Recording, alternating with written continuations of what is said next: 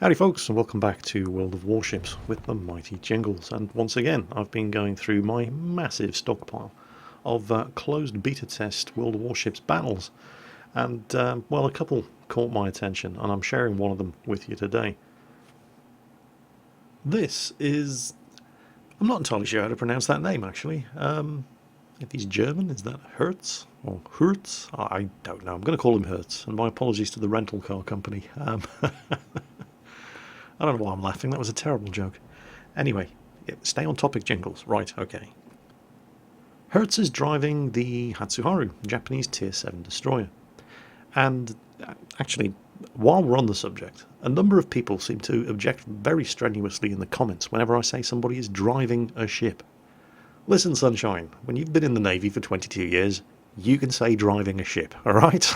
It's just what we say, because it winds up the navigating officer when you refer to him as the driver.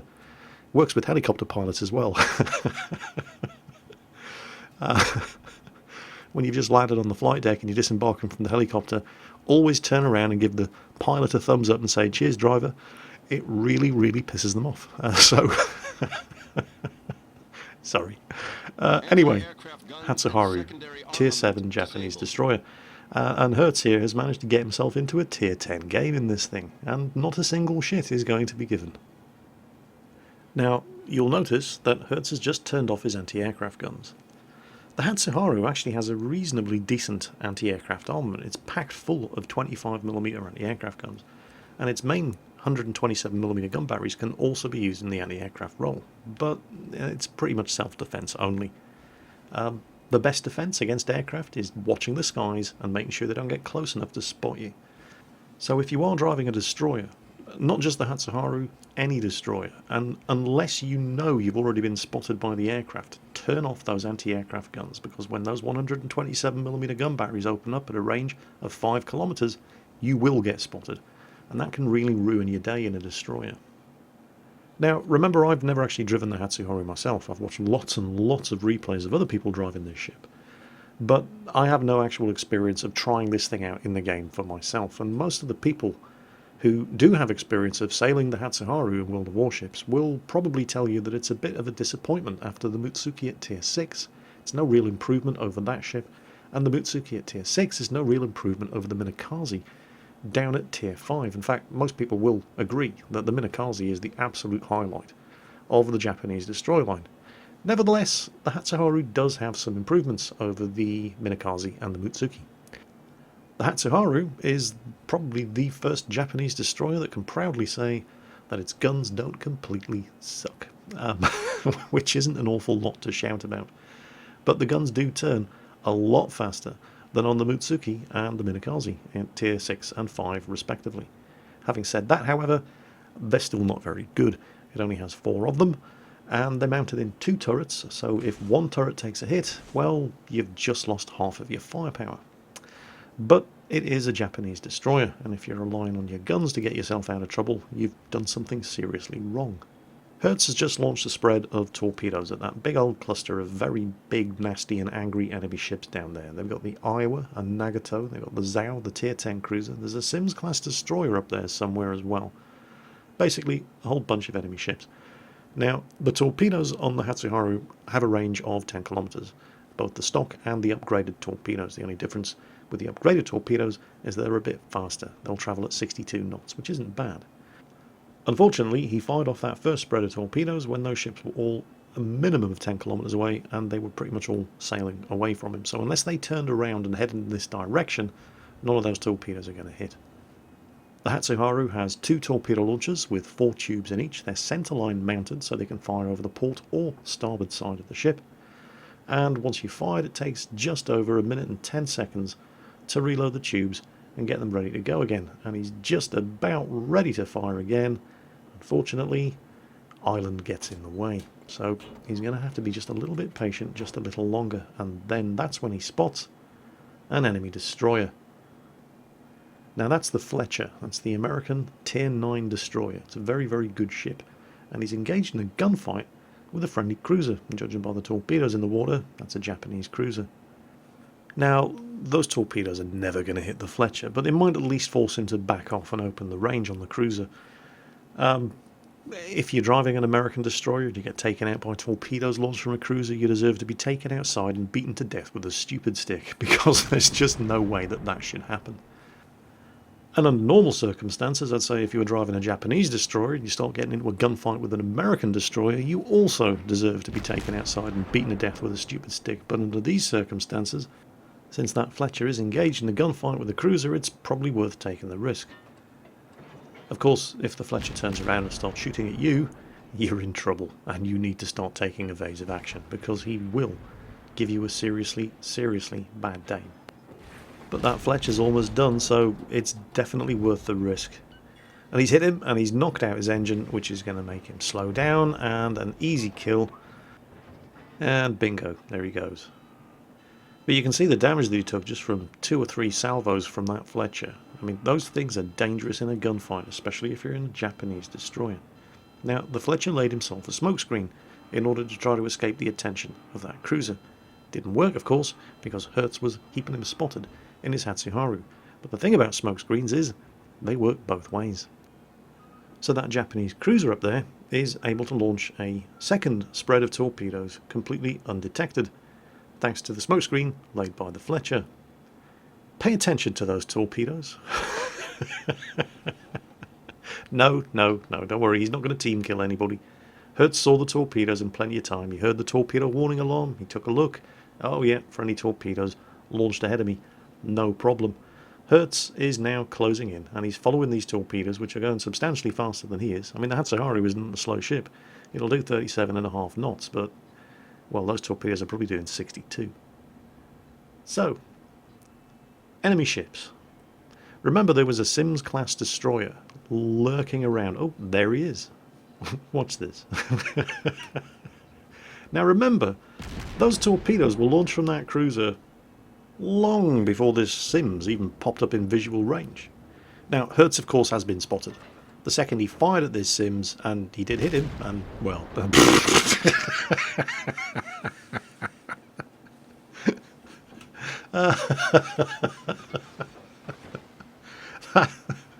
that Sims must be going, what the hell? Actually, the cruiser that launched the torpedoes is probably going, what the hell? A destroyer? There were no destroyers down there. Well, there aren't now. I'm sorry, I thought that was really funny. Anyway, as Hertz opened up on that Sims, he obviously got spotted by the Sims as soon as he fired his guns. So he's popped his smoke. Now, remember, he got spotted by the Sims. So his position is, or was, there on the map for everybody to see. And I'm pretty sure he's about to get spotted by aircraft as well. So let's just double check this. Let's see if he actually does. I think he did get spotted by aircraft as he was loitering around the end of the Narrows here. And yes, that is... There we go. He's been spotted by aircraft. And that, just lumbering straight down the Narrows in the middle of the map, is a Tier 10 Japanese cruiser. That's the Zhao. How much attention... How much attention do you think that guy is paying to what's going on around him? Do you think he's actually watching the map and paying attention, or do you think he's just tunnel visioning in on the ships that he can see, and he's about to eat a face full of 610mm torpedoes? It's, yeah. Yeah, look at that. No luck, only skill. I have lost track of the number of top-tier cruisers and battleships. And I've been one of them. I'm not sitting here pointing fingers and saying, "Aha, you suck." Well, I am. But I suck as well, because it's happened to me too. Seriously, battleships in particular, stop sailing down that gap in the Narrows between those islands in the middle of this map, because there's always a destroyer waiting for you. But if you thought that cruiser was good, you ain't seen nothing yet, because here comes 65,000 hit points worth of Nagato-class battleship. And right into exactly the same spot where a Tier 10 cruiser just got slaughtered. And this would have been a 100% guaranteed battleship kill if it hadn't been for that friendly cruiser that just unleashed a barrage from right behind Hertz's ship. Now Hertz's torpedoes aren't even in the water yet, and he has not been detected. He's in a smokescreen.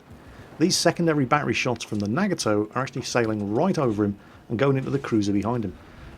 And the battleship driver does something really, really weird. That's the target that he's trying to bring his guns to bear on, but he turns his nose in, almost as if he'd seen the torpedoes, and yet he can't have. It's just physically impossible. So he's doing exactly the wrong thing in order to shoot at the cruiser that he could see, which saves him from the torpedoes launched from the destroyer that he couldn't see. Of course, now he's so close that, smokescreen or not, Hertz has been detected, and he's got to start motoring and getting out of there. But watch what the battleship does. He then starts turning around. I mean, he's on fire from stem to stern. His secondary batteries are giving Hertz severe problems. But he's now trying to turn a ship the size of the Nagato around and bring his guns to bear on that cruiser. But he's doing it in a gap that's only about 500 meters wide. And so he runs the ship aground. You couldn't make this up. But that's where there's a bit of a plot twist. Because, remember, smokescreens work both ways. And Hertz is getting confused now. He's actually lost sight of the Nagato. He is hidden in that smokescreen. And that is another enemy battleship right down the other end of the Narrows. There's the Nagato. Now, Hertz fired those torpedoes blind. He didn't even see the Nagato there until after the torpedoes, or at least the first barrage of torpedoes, had been launched. But the Nagato is now reversing off the rocks. And, well, dumb luck and ignorance will only take you so far, I'm afraid, Mr. Nagato. Because if that barrage of gunfire hadn't killed him, all of those torpedoes would have. Oh, man. Normally at this point in the proceedings, whenever you've seen something as ridiculously spectacular as that, it's usually my cue to say, well, it's a bit of an anticlimax from here on in. Because you've seen the exciting part. Well, not today. Hertz is only just getting warmed up. Now, he's got a bit of a mountain to climb. He's on 540 health. So, pretty much one shot from anything is going to kill him. And the enemy team have still got some very big and angry ships, including a Tier 10 battleship, who's on more or less full health, and that's the Montana. They've also got a Tier 9 cruiser, a Tier 8 destroyer. Anti-aircraft guns and secondary armament disabled. And while Hertz is turning his anti-aircraft guns off, the enemy team just lost their North Carolina, that's the Tier 8 battleship. There's a Pensacola around there as well somewhere. Hertz actually put a shot into him earlier, but he's on pretty low health. There he is. He's going to die very, very soon. But the enemy team are capping. And while Hertz's team are taking out that Pensacola, over there, he's about to die. Hertz, there he goes, he's gone. So there's only 3 of them left. It's 3 against 5. But there's some pretty nasty ships still sailing on the enemy team. And right now you're going to see a perfect example of something I talked about in an earlier video. Exactly how smoke screens work. As Hertz is launching his torpedoes against this target, he doesn't want to get spotted by these guys. Not when you're on 540 health. But watch this. Because he's sailing at full speed, every 5 seconds his smoke generator launches a pulse, if you like, of smoke. But if you're going as fast as this, by the time the smoke generator lays the second pulse of smoke, you've moved out of the first pulse of smoke. So you'll see he's being spotted, not spotted, spotted, not spotted. That's why, even when a destroyer is laying smoke, you can still see them, because they're moving too fast. That's the Montana, by the way. And he's about to have a very, very, very bad day. But you can see how moving at full speed, while it's counterintuitive, if you're in a destroyer and you're going at full speed and you don't want to be spotted, so you drop a smoke screen, you need to slow down, or you'll actually outrun the cover of the smoke, and you'll get spotted as you move between the various different blobs of smoke, if you like. And that's a perfect example right there of how it works. Unfortunately, while Hertz was demonstrating to us how to not take cover in a smokescreen, his team have just lost 3 ships, and now it's 2 destroyers against 1 destroyer and a battleship. And there are spotter aircraft in the air, and he knows he's been detected, so he switches his anti-aircraft guns on. He's got to nail those spotter aircraft, because they are going to get him killed. He launches a second spread of torpedoes, and there's the enemy destroyer just popped up. There he is, back there. The secondary battery gun range on the Montana, I'm not 100% certain what it is, but it's something like 7 kilometers. I mean, it's a... Ooh, and those weren't the secondaries. But you can see the danger posed by just a simple spotter aircraft to his chances of survival here. On the plus side, Hertz isn't detected anymore, and his team are capping, so he turns his AA guns off. Anti-aircraft guns and secondary armament disabled. And starts praying that those torpedoes are on target. And I have to say, oh crap, he's spotted by aircraft again. Okay, AA guns up. Torpedoes are on target. Battleship drivers, seriously, stop driving in straight lines when there are destroyers around. He's finally managed to nail that spotter aircraft, and that's good news. Because that means that that enemy, I think it's a Fubuki, the Tier 8, yes, it's the Tier 8 Japanese destroyer. There he is. He is now going to have to get into the cap circle and be the eyes for that Montana. And this is where it turns into a real game of cat and mouse. That Fubuki's on full health. And he does actually have some pretty good guns. It's not really the torpedoes that you're going to need to worry about when there's a Fubuki gunning for you. Getting spotted by that guy can end this match very, very quickly, at least as far as Hertz is concerned. So he's basically... And the other destroyer on his team is doing the same thing here. They're not actually attempting to hit anything with these torpedoes. They're just launching wide spreads, and the Fubuki's done exactly the same. You can see his torpedoes coming in here. They're just trying to chase these guys out of the cap circle and not get spotted. But the advantage is most definitely with Hertz's team here. That Montana is just not a threat until that Fubuki spots targets for him, and that's exactly what he does. Hertz gets spotted, he cannot see the Fubuki, he immediately drops his smoke screen. There he is, and we can only see him because he opened fire. Hertz is going to have to do some pretty fancy steering here. Oh, he's managed to hit the guy and set him on fire. He's, of course, immediately going to repair that. But once again, he's going too fast. And so what saves him here is that he changes course. So he's still going too fast to stay concealed inside each blob of smoke, but he's now got a fully formed blob of smoke behind him. And he's now in a position where he can take advantage of the smoke screen laid by the other destroyer. So now he's not detected, and he launches a big old spread of torpedoes at that Fubuki. Meanwhile, his other friendly destroyer is engaging the Fubuki from the other side of the island, but he needs to be careful here. He's shooting at him and he's launched torpedoes. But he's going to sail within range of the secondary gun batteries of that Montana, and they're going to give him one serious pasting. This, of course, is where things almost go horribly, horribly wrong for Hertz. Because the last thing you want to do when you have 540 health and there's a Fubuki shooting at you is run around in front of his guns.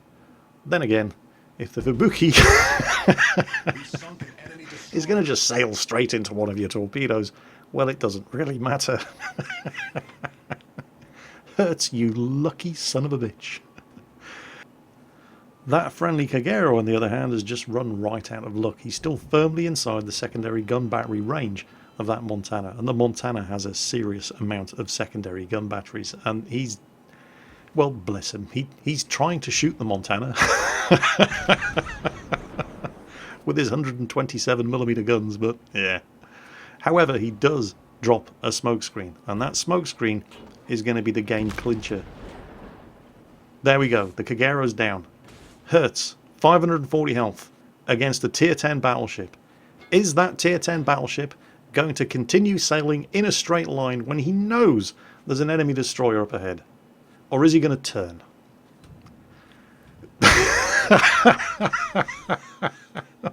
Well, of course he isn't. Hertz, you lucky son of a bitch. But seriously, well played. Look at that. Tier 7 destroyer in a Tier 10 match. Look at those numbers. Of course, this is closed beta economy, but still, I mean, that's just absurd. 652,000 credits and over 7,000 experience. Tier 7 destroyer in a Tier 10 match. And he gets the high caliber award. How much damage did he do? Oh, just a smidgen over 200,000. Well, that certainly explains the 4,790 base experience that he earned in that match. So that was Hertz in the, well, if you believe what people say about it, completely unremarkable Tier 7 Hatsuharu class destroyer. And to be completely honest, the Hatsuharu is a completely unremarkable destroyer. There's absolutely nothing special about it, but it's not the ship. It's the person in command of it. So, before I conclude this video by wishing you all a great weekend and bidding you a fond farewell, because I've been around a while now and I know how things work around here, I just know that there are going to be dozens of complaints in the comments about how overpowered destroyers in general and torpedoes in particular are. So, once again, I'm going to end up this video with some words of advice from our friend Jim Carey.